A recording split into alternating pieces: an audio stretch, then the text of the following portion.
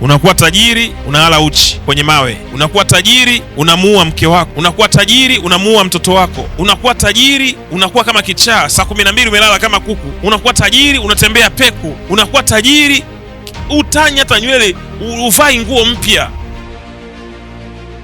Nataka Afrika iondokane na mafundisho potofu ambayo yameingizwa katika nyumba za dini. Leo mtu akimiliki Benz tayari anaitwa Freemason, anaitwa shetani.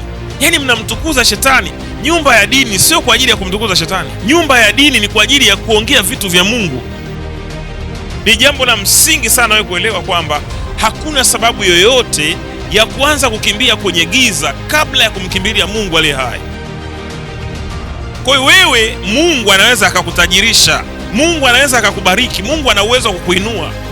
Mungu ana uwezo wa kukupa kila unalolihitaji, lakini hakuna bidii. Bwana asifiwe sana. Natumaini ya kwamba uko salama popote pale unaponifuatilia. Jina langu naitwa Prophet IPM, Senior Prophet wa huduma ya Embassy of God for All Nation. Tunapatikana Dar es Salaam, Tegeta, Mbuyuni. Nichukue nafasi hii ya kipekee kabisa kukukaribisha katika kipindi hiki maalum ambacho kitakwenda kubadilisha maisha yako na historia ya maisha yako itakwenda kubadilika. Karibu IPM TV. Hii ndio channel yetu ambayo unapaswa wewe kuwepo, kusikiliza, kujifunza na kuelewa kile ambacho nimekuwa nikikizungumza mara kwa mara katika maeneo mbalimbali, lakini nikiamini kwamba kupitia channel hii ndio itakuwa ni mwanzo mzuri wa wewe kuweza kutoka sehemu moja kwenda sehemu nyingine. Hakuna ubaguzi wa dini, wa rangi wala kabila, na wakaribisha watu wote ili muweze kujifunza kile ambacho Mungu atasema na wewe siku ya leo. Mwenyezi Mungu, nakushukuru kwa neema yako. Asante kwa baraka zako, asante kwa ukuu wako, asante kwa matendo yako, asante kwa wingi wa neema uliotukirimia. Na kushukuru kwa kila mmoja anayefuatilia kipindi hiki. Naamini uwezo wako Mungu kupitia Roho wako atajidhihirisha wazi wazi kwa watu wako, ili kile ambacho Mungu umekikusudia kiweze kutimia na kutokea kwa watu wako.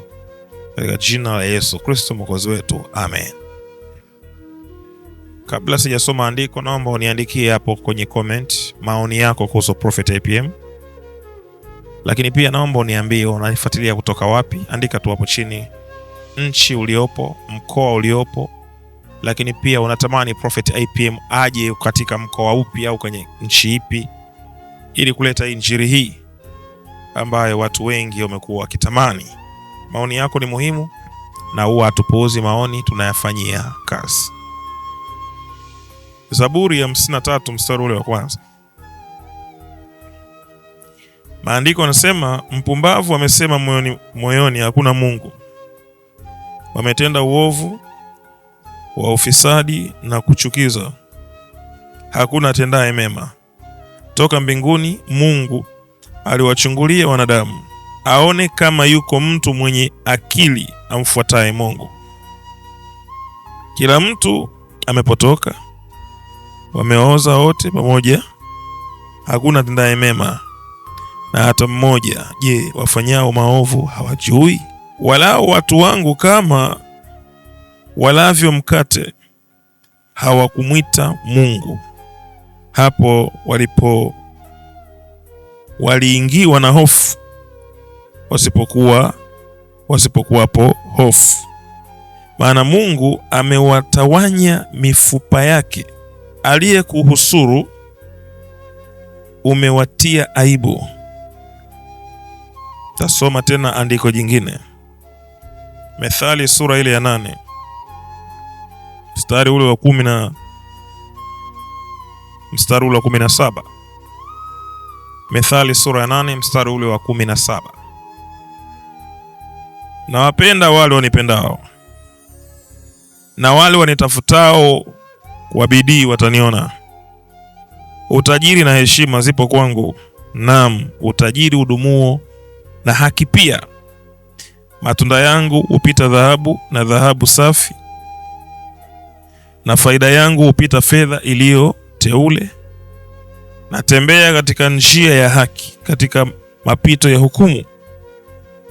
Niwarithishe mali wale wanipendao. Bwana Yesu libariki neno hili katika jina la Yesu, amen. Mtu wa Mungu, ujumbe wangu wa leo nataka nikufundisha kitu kimoja. Hakuna mali ya shetani, na wala Mungu hajawahi kuumba hazina ili azitumie shetani. Kwa hiyo kichwa cha habari kinasema hakuna mali ya shetani. Hakuna jambo baya, hakuna kasumba mbaya tulionayo leo kama kuwarithisha watu vitu ambavyo hawastahili wao kurithi. Hakuna kitu kibaya na kasumba iliyo mbovu zaidi katika maisha tulionayo leo kama kumrithisha Ibilisi vitu ambavyo hastahili hata kuvisogelea. Na ukisoma hapa, Mungu anasema, Methali sura ya 8 mstari wa 17, na wapenda wale wanipendao. Nafikiri na wewe unatakiwa ujifunze kuwapenda wanaokupenda. Sio dhambi. Usijilazimishe kutaka amani kwa watu wote kama hao watu hawadhalishi amani kwako, kwa sababu amani inatafutwa. Anasema na wapenda wale wanipendao. Mungu mwenyewe anasema na wapenda wale wanipendao. Kwa statement ya kwanza ni lazima ukiri kwa kinywa chako kwamba unampenda Mungu na matendo yako yadhihirike kama unampenda Mungu. Haipaswi wewe kuonesha unampenda Mungu, ila unapaswa kuishi katika matendo ya kumpenda Mungu. Mungu mwenyewe atajua huyu ananipenda. Na anasema na wapenda wale wanipendao, na wale wanitafutao kwa bidii wataniona.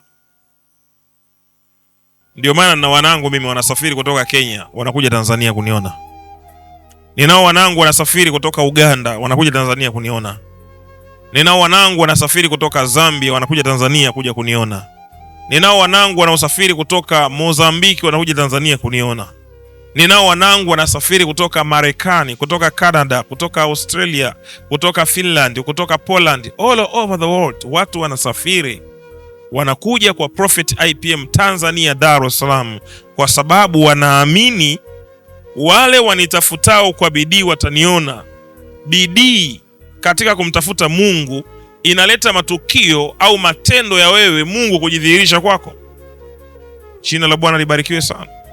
Watu wengi hawaelewi utafutaji wako wewe kutafuta uwepo wa Mwenyezi Mungu unarahisisha mambo yako. Tatizo ni kwamba nyinyi mnatafuta njia zenu wenyewe, hamtafuti uwezo wa Mungu ulipo. Magoti hamtaki kuumiza. Na ndio maana leo tumekuwa na kizazi chenye changamoto kubwa sana, kwa sababu mtu yuko tayari kuumia. Anatoka kwa mganga huyu anakwenda kwa mganga huyu, anatoka kwa shehe huyu anakwenda kwa imamu huyu, anatoka kwa kilinge hiki. Yani unahama vilinge, yani una bidii kutafuta vilinge, lakini una bidii ya kumtafuta Mungu aliye hai. Mambo yakishaharibika kabisa, yameharibika, ndo unamwona anakuja anakwambia nimezunguka kwa waganga wote, nimeliwa hela zangu, mimi nimechukuliwa milioni 40 waganga. Unazungumzia kuchukuliwa milioni 40 wakati Mungu yupo na watumishi wake, lakini ukuwa na bidii katika kumtafuta yeye, kwa sababu anasema na wapenda wale wanipendao na wanitafutao kwa bidii wataniona. Ni jambo la msingi sana wewe kuelewa kwamba hakuna sababu yoyote ya kuanza kukimbia kwenye giza kabla ya kumkimbilia Mungu aliye hai. Na Mungu hajawahi kushindwa. Hajawahi kushindwa Mungu. Hakuna jambo duniani wala mbinguni limewahi kumshinda Mungu, halipo. Kwa hiyo Mungu anachotegemea ni bidii yako wewe kama wewe katika kumtafuta yeye katika bidii zote. Na ndio maana anasema kwa wale wanitafutao kwa bidii. Inahitajika bidii, bidii ambayo sio ya kawaida. Maumivu wakati mwingine, kudamka asubuhi, kusafiri kutoka Arusha unakuja Dar es Salaam kwenye ibada. Wako wanaosafiri kutoka Arusha wanakuja Dar es Salaam kwenye ibada. Wako wanaosafiri kutoka Mwanza wanakuja Dar es Salaam kwenye ibada. Na mwanangu mmoja yuko Mwanza, kila siku anamtumia tiketi ya ndege. Baba, haya nakuja. Yaani ananionyesha kabisa tiketi ya ndege hiyo, nakuja. Mtu analipa tiketi ya ndege, anapaa hewani huko, anakuja kwenye ibada.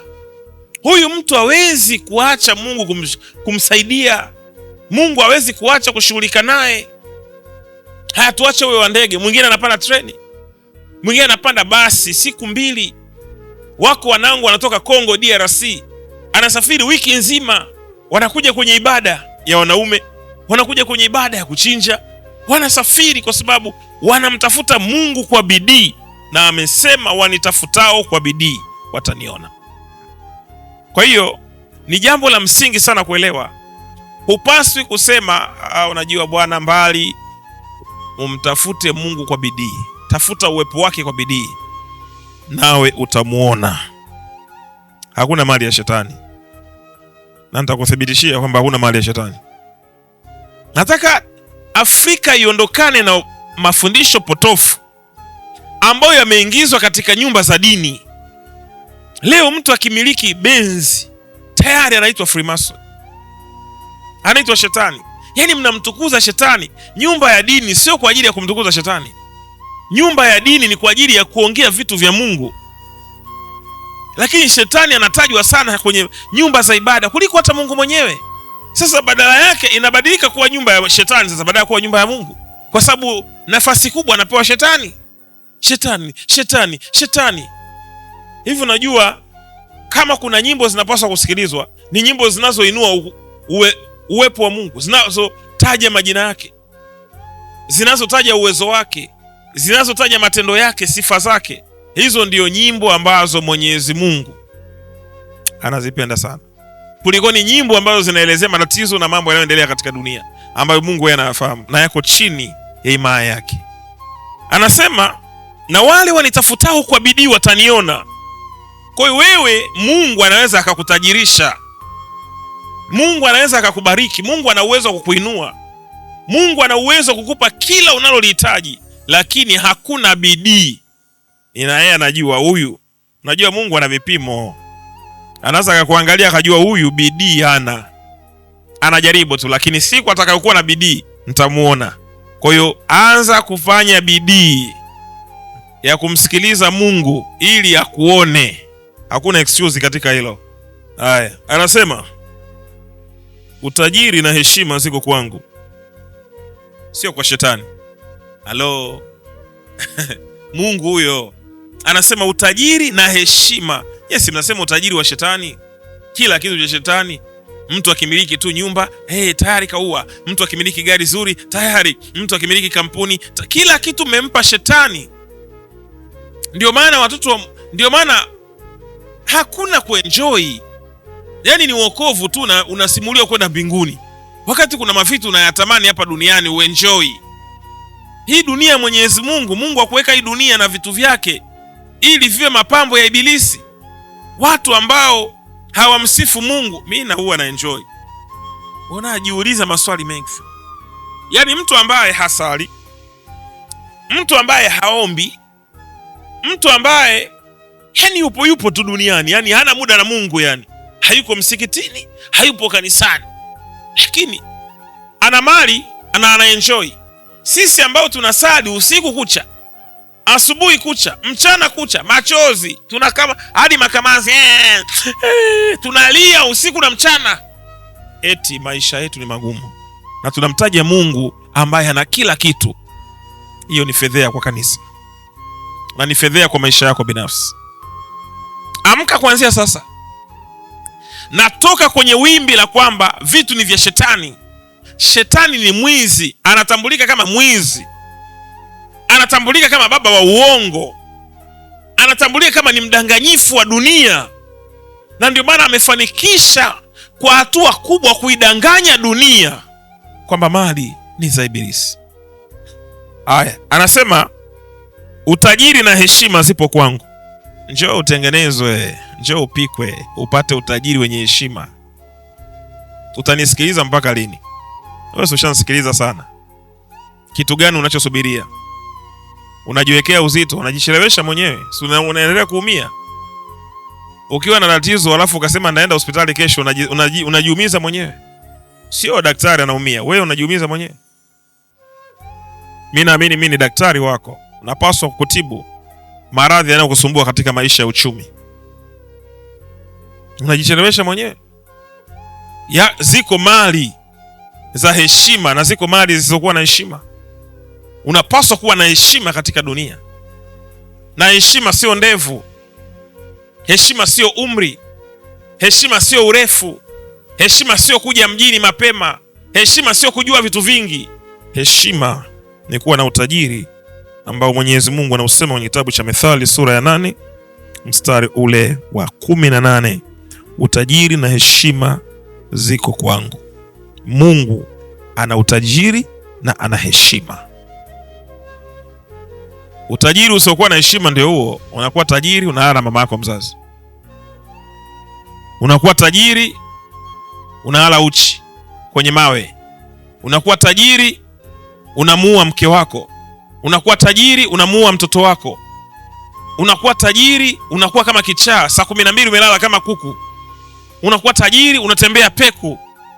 Unakuwa tajiri utanya hata nywele, uvai nguo mpya. Unakuwa tajiri huruhusiwi kutoka saa 11 asubuhi mpaka mwanga utokee. Unakuwa tajiri ndani umefungia watoto wako kama mbuzi, kumbe ni misukule na ni wanao. Huo ni utajiri usiokuwa na heshima. Lakini Mungu anasema utajiri wenye heshima. Anasema mstari wa 18, naam, utajiri udumuo na haki pia. Utajiri udumuo na haki pia. Na hapa ndipo kwenye changamoto kubwa sana. Watu wengi wanateseka kwa sababu hawana nguvu inayowawezesha kuwa na mali alafu ikadumu. Utajiri unaodumu. Usisahau definition ya utajiri. Utajiri ni kuwa na uwezo wa kuhifadhi vitu, kukusanya vitu. Kwa hiyo kama unashindwa, maana yake wewe nguvu huna, na kuombea Mungu akusaidie na kuondolea hofu zako zote in the name of Jesus Christ. Anasema mbingu na ardhi, mbingu na ardhi na vyote vilivyomo ndani yake ni mali ya Bwana. Mbingu na ardhi na vyote vilivyomo ndani yake ni mali ya Bwana. Sasa hii kauli kwamba hili gari mali ya shetani, mali ya shetani, utajiri wa shetani, no, mimi sikubaliani na hicho. Sikubaliani na hicho kwa sababu maandiko yameshanieleza mbingu na vyote vilivyomo ndani yake. Kutumia anaweza akatumia, lakini haina maanisha kwamba ni vyake. Lieleweke hapo. Unaweza ukatumia kitu, haina maana kwamba ni chako. Unaweza ukavaa nguo ya mtu, haina maana kwamba ni chako, unavaa tu. Kwa hiyo mimi na wewe leo unanifuatilia ndugu yangu, tunakubaliana kwamba hakuna mali ya shetani. Andika hapo chini kwenye comment, hakuna mali ya shetani. Please andika hapo chini, hakuna mali ya shetani. Na ili umjue huyu mtu hafai na ni muongo, tunasoma kwenye kitabu cha Yohana sura ile ya 10 na mstari ule wa 10. Maandiko yanasema, mwivi haji ila aibe na kuchinja na kuharibu. Nani huyo mwivi? Maana yake Ibilisi, maana yake shetani. Haji ila aibe, sawa? Huyu ni mwizi, sio vyake. Kwa ukiona mtu yoyote duniani si wa Mungu alafu anatangaza kwamba hizi ni mali za shetani, hakuna mtu ambaye ana mali ya shetani. Mali zote unazoziona duniani ni za Mungu. Ndio maana anasema mbingu na ardhi na vyote vilivyomo ndani yake ni mali ya Bwana. sio mali ya shetani. Maandiko hajasema hivi ni vya shetani, hivi ni vya Mungu. Ninyi ndio mnamtukuza, ninyi ndio mnammilikisha mali ambayo haimuhusu. Huyu ni mwizi, hafai. Mwivi haji ila aibe na kuchinja na kuharibu.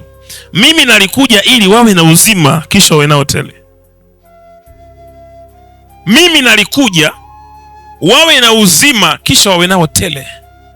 Sababu ya kumwamini Mungu wewe sio kuishi kwenye kulala njaa. Utalala njaa mpaka lini? Utaaibika mpaka lini? Utafedheheka mpaka lini? Hayo maisha unayoyaishi, unafikiri maisha yako hayo? Wewe sio maskini, wewe sio unga robo, wewe sio kuteseka hivyo, wewe sio kuhangaika hivyo. Utaishi hayo maisha ya fedheha mpaka lini? Inatosha. Elewa, mali ni za Mwenyezi Mungu. Ni halali yako wewe kumiliki hizi mali, ni halali yako kuzitembelea, ni halali yako kuwa nazo. Lakini kwa nini siku hadi siku maisha yako yanazidi kuwa magumu? Siku hadi siku mambo yanazidi kuwa magumu, siku hadi siku vitu vinazidi kukataa. Ni kwa sababu kuna mentality ambayo umeweka ndani ya akili yako kwamba kuna mali za shetani na kuna mali za Mungu, wakati anasema mbingu na ardhi na vyote vilivyomo ndani yake ni mali ya Bwana. Maandiko yanasema wazi. Unasubiri nini kuyabadilisha maisha yako? Unasubiri nini kuchoka umasikini? Unasubiri lini kukata shauri na kusema acha niende kwa mtumishi wa Mungu nikakae chini yake, nianze kujifunza na kusikiliza na kufuata muongozo atakaonipa ili maisha yangu yaweze kubadilika? Mungu hajawahi kuumba maskini. Wewe sio masikini, mimi nakubali na nakiri mbele yako, wewe sio masikini.